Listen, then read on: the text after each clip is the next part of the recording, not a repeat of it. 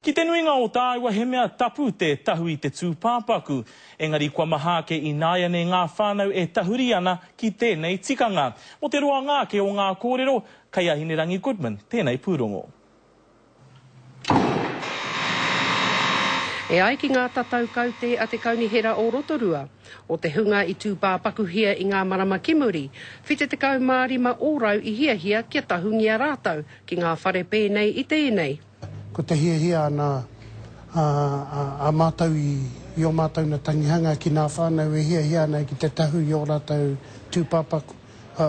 Kia hua whakaoro me hoki a tinana te tūpāpaku ki te one, kaua kia hoki a āpunga rehu tonu.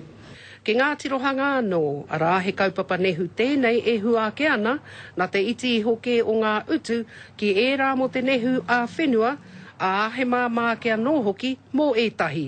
Neke ke atu I te kotahi mano, te uti mo te tanu I te tūpāpaku, āhua torurau no hope a te uti mo te tahu. No reira, kei te whakaaro ngā whānau, māmā ke atu pēr, kia rātau.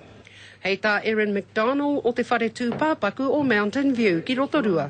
He huarahi tēnei me ōna tikanga kei te rapuhia.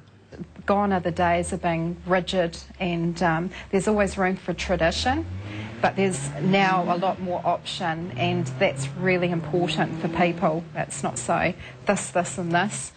I roto anō I nei rā e huri nei te ao, he take nui tēnei kei roto I ngā ringaringa o ia whānau. Mēnā e ngā kau nui ana taua whānau ki te tahu I a rātau tūpāpaku, a ki te tanu rānei ki te whenua. Hei ngā kai whakahaere o tēnei whare, e kore herereke tangātu mō tērā. He kaupapa nehu anō, kāreho ki e kore, e whakaarohia ana e te maha atu. Ko Ahinirangi Goodman, mō te karere.